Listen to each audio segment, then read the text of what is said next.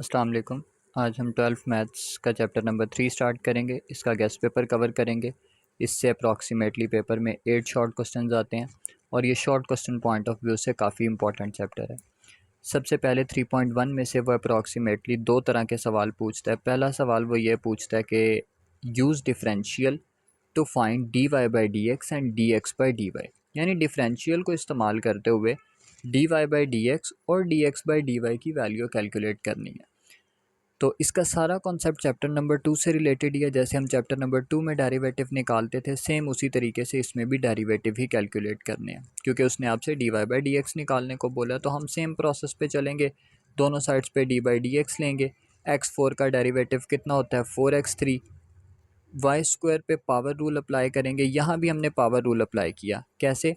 Power शुरू में और पावर में से एक माइनस। वैसे तो पावर रूल ये होता है कि पावर शुरू में, पावर में से एक माइनस, फिर बगैर पावर के डेरिवेटिव। लेकिन चूंकि अगर हम बगैर पावर के डेरिवेटिव भी लेंगे तो x का ही डेरिवेटिव लेना पड़ेगा और वो 1 होता है। दो पॉइंट्स आपने याद रखने हैं कि जो x का डेरिवेटिव होता है यानी D by D x of x होता है वो 1 होता है। और अगर हम डी बाई डी एक्स ले रहे हों y का, तो वो सॉल्व नहीं हो सकता, वो D Y by D X ही रहेगा। यानी जस्ट हम इस y को इस डी बाई डी एक्स के साथ लिख देंगे और वो सॉल्व नहीं हो सकेगा। यानी y का डेरिवेटिव होता है D Y by D X और x का डेरिवेटिव होता है 1।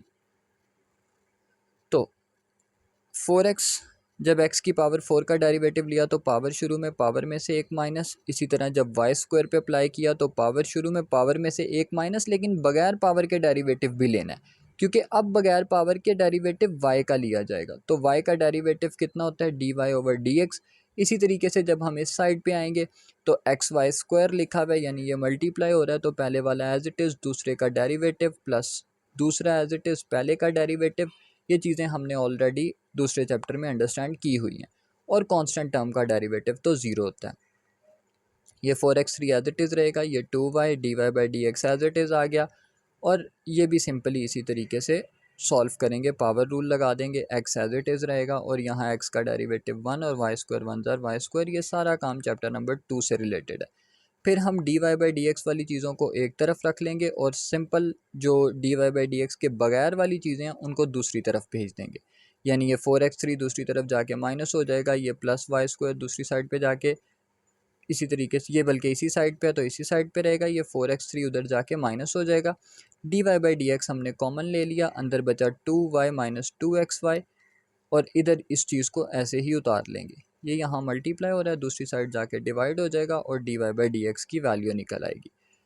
अब हमें उसने बोला है D X by D Y की वैल्यू निकालो। तो जो D Y by D X की वैल्यू निकली उसी को आप ऊपर नीचे उल्टा दें तो आपको इसकी वैल्यू मिल जाएगी।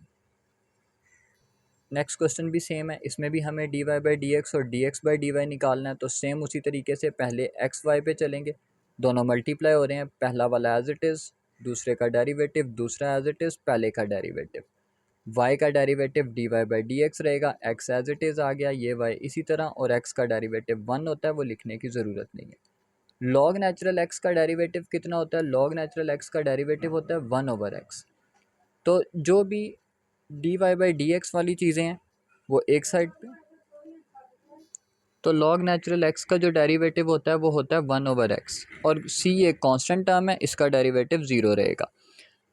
x D Y by D X इधर ऐसे ही मौजूद रहेगा, ये y उधर जाके माइनस हो गया और ये 1 ओवर x इधर जाके प्लस हो गया, और x इस D Y by D X से मल्टीप्लाई हो रहा है, उसको उधर भेज के मैंने डिवाइड करवा दिया। यहाँ पे मैंने एलसीएम का प्रोसेस किया है, उम्मीद है आपको वो आता होगा। और D X by D Y इसको हम ऊपर नीचे करेंगे तो ये कैलकुलेट हो जाएगा। 3.1 से एक और तरह का क्वेश्चन पूछता है जिसमें वो कहता है find delta Y and change in Y या डी वाई, दोनों एग्जैक्टली सेम ही बात है, बस उसने उनके निकालने के लिए अलग-अलग तरीक़ाकार से पूछा हुआ है। तो अगर हमें चेंज निकालना हो यानी डेल्टा वाई निकालना हो तो कैसे निकालेंगे? सबसे पहले देखें उसने आपको कहा क्या हुआ, उसने कहा जी Y equal to under root X, इसका डेल्टा वाई और डी वाई निकालो, जबकि एक्स जो है वो चेंज हो रहा है 4 से 4.1 की तरफ। तो सबसे पहले ये नंबर है, ये एक्स है, ये नंबर है डेल्टा एक्स, क्योंकि ये चेंज नंबर है। तो जो डेल्टा एक्स है असल में वो चेंज इन एक्स को कहते हैं। तो एक्स में कितना चेंज आया है? एक्स पहले 4 था, मैंने एक्स को 4 बोला, और फिर डेल्टा एक्स कितना होगा? 4.41 में से 4 माइनस कर दें, आपको पता लग जाएगा इतना चेंज आया। मिसाल के तौर पे मैं आपको कहूँ x है 5, बाद में वो चेंज होके बन गया 7, तो आप कहेंगे x की वैल्यू 5 है और चेंज कितना आया है, 5 से वो 7 हुआ है तो 2 का चेंज आया, तो जो डेल्टा x हो जाएगा वो 2 हो जाएगा। अब सवाल को सॉल्व कैसे करेंगे उस पैटर्न पे आते हैं। सबसे पहले लिखा हुआ है y equal to under root X, ये फंक्शन है। सबसे पहले y में डेल्टा y ऐड कर लें, x में डेल्टा x ऐड कर लें। उसके बाद चूँकि डेल्टा y निकालना है वो यहीं पे रहेगा, ये प्लस y दूसरी साइड पे जाके माइनस हो जाएगा। हम y की वैल्यू पुट कर देंगे, y की असल वैल्यू क्या थी, अंडर रूट एक्स, तो y की जगह अंडर रूट एक्स लिख दिया। अब हमारे पास सिचुएशन क्या है, ये x लिखा हुआ है, इसकी वैल्यू 4 है, डेल्टा x लिखा हुआ है, इसकी वैल्यू 0.41 है, और ये अंडर रूट एक्स है तो इसकी वैल्यू भी 4 ही रहेगी।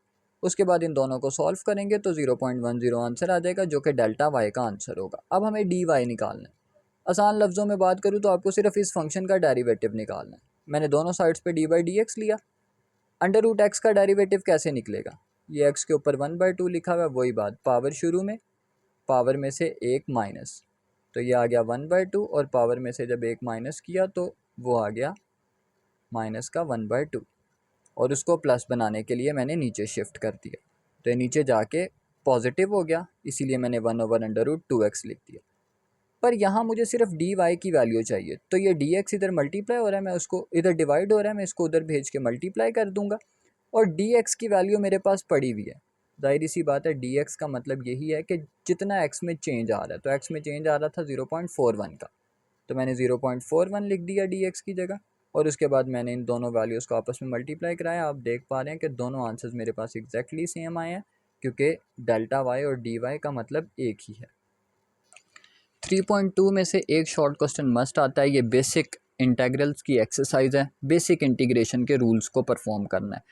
इसको सॉल्व करने से पहले एक बात याद रखें कि इंटीग्रेशन डेरिवेटिव का उलट है। जो काम आप डेरिवेटिव में करेंगे वही काम आपने इंटीग्रेशन में करना है, बस उसका ऑपोजिट करना है जो डेरिवेटिव में किया था।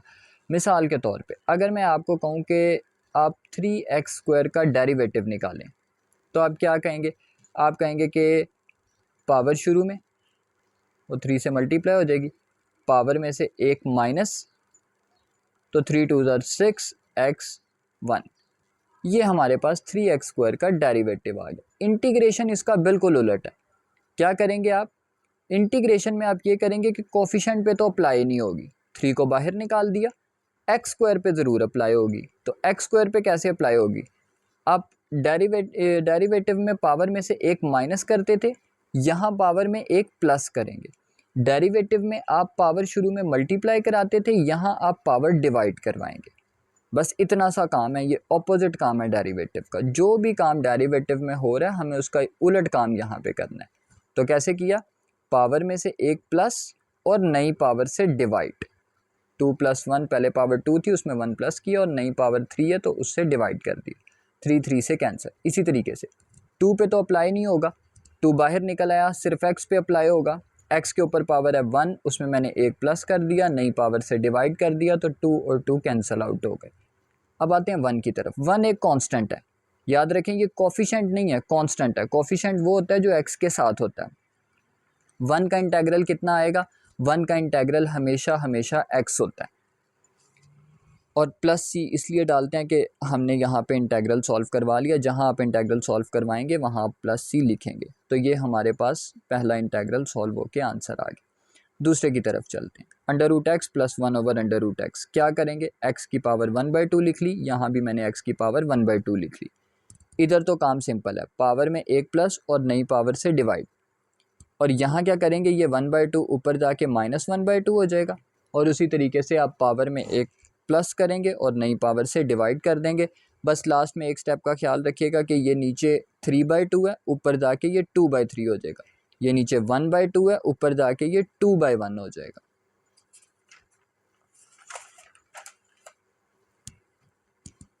इस क्वेश्चन को सॉल्व करने से पहले आपके माइंड में आएगा कि चूंकि ये मल्टीप्लाई हो रहे हैं तो शायद प्रोडक्ट रूल या इंटीग्रेशन बाय पार्ट्स के थ्रू सॉल्व करना होगा, लेकिन ऐसा नहीं है। हम इसको एक आसान मेथड से भी सॉल्व कर सकते हैं। पहले x को अंदर दोनों के साथ मल्टीप्लाई कर लें, x और अंडर रूट x मल्टीप्लाई होके x under root x, x और 1 मल्टीप्लाई होके x आ जाएगा। x अंडर रूट x का मतलब क्या है कि हम अपनी ये जो पावर्स हैं दोनों को ऐड करके x को एक बार लिख सकते हैं, क्योंकि जब भी दो सेम चीज़ें मल्टीप्लाई हो रही होती हैं तो उनकी पावर्स प्लस हो जाती हैं। तो 1 + 1/2 कितना हो जाएगा, 3/2। और ये जो x है ये एज इट इज़ मैं अभी तक चलाता आ रहा हूँ, क्योंकि मैं इंटेग्रल दोनों का सेम टाइम पे लूँगा। अब मेरे पास ये x 3/2 है, ये सिंपल x है। दोनों पे पावर रूल अप्लाई करेंगे, पावर में 1 प्लस नई पावर से डिवाइड, पावर में 1 प्लस नई पावर से डिवाइड। तो ये पावर में 1 प्लस किया और अब ये मेरी नई पावर है तो इससे मैंने डिवाइड कर दिया। ये पावर में मैंने 1 प्लस किया और ये नई पावर से डिवाइड कर दिया। और ये 3/2 + 1 5/2 हो गया। नीचे भी 5/2, ऊपर भी 1 + 1 2 और नीचे भी 2। ये 5/2 ऊपर जाके 2/5 हो जाएगा। इस 2 को ऊपर भेजने की ज़रूरत नहीं है क्योंकि ये फ्रैक्शन फॉर्म में नहीं है, तो ये नीचे ही मौजूद रहेगा। ये मेरे पास इंटेग्रल को सॉल्व करवा के आंसर आ गया। ये क्वेश्चन थोड़ा सा चेंज लेकिन बहुत इंपॉर्टेंट है, पेपर में अक्सर ये क्वेश्चन पूछा जाता है। अभी तक हमने जितने क्वेश्चन सॉल्व किए हैं, किसी भी क्वेश्चन में होल की पावर नहीं थी। हर क्वेश्चन में किसी एक सिंगल चीज़ की पावर थी, जैसे कि वो x की पावर होती थी। होल की पावर अभी तक हमने सॉल्व नहीं की। तो इंटीग्रेशन में होल की पावर को सॉल्व कैसे किया जाता है, उसके दो तरीके हैं। पहले तो हम एक बार ये समझते हैं कि अगर मुझे इसका डेरिवेटिव लेना होता तो मैं क्या करता। अगर मुझे कभी डेरिवेटिव में होल की पावर आ जाए तो मैं क्या करता हूँ, मैं पावर शुरू में भेज देता हूँ, पावर में से एक माइनस कर देता हूँ और बगैर पावर के डेरिवेटिव लेके उसको मल्टीप्लाई करता हूँ। यहाँ भी मैं सेम काम करूँगा लेकिन उसका ऑपोजिट जाके। पहले मैं पावर में से एक माइनस करता था, अब मैं पावर में एक प्लस करूँगा। पहले मैं बगैर पावर के जो डेरिवेटिव होता था उसको मल्टीप्लाई कराता था, अब मैं बगैर पावर के जो डेरिवेटिव होगा उसको डिवाइड करवाऊँगा। इसको एक्सप्लेन कर देता हूँ कैसे। ये लिखा हुआ है 2x + 3 और उसके ऊपर 1/2 है।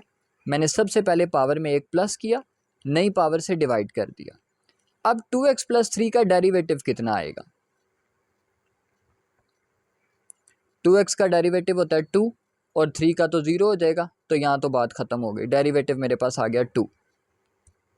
पहले तो मैं डेरिवेटिव को मल्टीप्लाई करवाया करता था, लेकिन अब मैं डेरिवेटिव को डिवाइड करवाऊंगा। तो देखिए मैंने जो डेरिवेटिव आया 2 उसको डिवाइड बना के नीचे लिखा। अब 1/2 + 1 करेंगे तो 3/2, वो 2 और डेरिवेटिव वाला 2 कैंसिल आउट हो गए। मेरे पास पीछे बचा 1/3 और आगे 2x + 3 और पावर में एक प्लस करने से ऊपर 3/2 आ गया। ये मेरा एक तरीकाकार है सॉल्व करने का। एक और तरीकाकार भी है। एक और तरीकाकार ये हो सकता है कि जो भी इसका बगैर पावर के डेरिवेटिव आए, मैं पहले उसको इस dx के साथ मल्टीप्लाई करवा दूं और बाहर उसी को डिवाइड करवा दूं, तो देन मैं आसानी से सिंपली पावर रूल ले सकता हूं। एक तरीकाकार ये भी आगे किसी क्वेश्चन में आएगा तो हम ज़रूर सॉल्व करेंगे। इस क्वेश्चन को आप खुद करेंगे, वैसे करने का तरीकाकार मैं एक्सप्लेन कर देता हूँ। आप पहले यहाँ पे सोचेंगे कि अच्छा ये होल की पावर है तो मैं इसको शायद वो इस तरीके से करूँगा कि मैं इसका डेरिवेटिव नीचे डिवाइड करवाऊँगा। इससे भी एक बेहतर तरीकाकार ये है कि आप ये समझें कि ये a - b का होल स्क्वायर है, तो इसमें आप a का स्क्वायर -2ab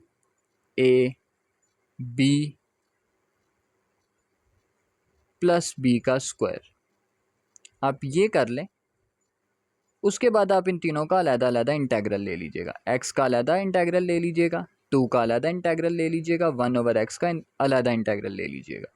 तो x - 2 का अलग, 1/x का अलग। सबके साथ dx लाजमी लिखना है आपने। dx हर कुछ इंटेग्रल से ज़रूर लिखना है आपने। x का इंटेग्रल कितना होता है, वही पावर में एक प्लस नई पावर से डिवाइड। 2 पे तो अप्लाई नहीं होगा, 2 बाहर आ जाएगा तो अंदर, बल्कि आप ऐसे समझ लें कि जो भी कांस्टेंट टर्म होती है उसका डेरिवेटिव, जैसे 2 है तो 2 का इंटेग्रल होता है 2x। यानी जो भी कांस्टेंट टर्म होगी मैं बस उस नंबर के साथ x डाल दूंगा। 1 है तो 1x, 2 है तो 2x, 3 है तो 3x। और 1/x का कैसे निकलेगा, बिल्कुल ऐसे ही कि वो पावर ऊपर जाके ये x की पावर -1 हो जाएगी और पावर में एक प्लस और नई पावर से इसी तरीके से डिवाइड कर देंगे। ये इस तरीके से सॉल्व होगा कि पावर में एक प्लस कर दिया और नई पावर से डिवाइड कर दिया। तो ये इसी तरीके से हम इसको नीचे भी सॉल्व कर देंगे। और यहाँ भी हम सेम करेंगे कि पावर में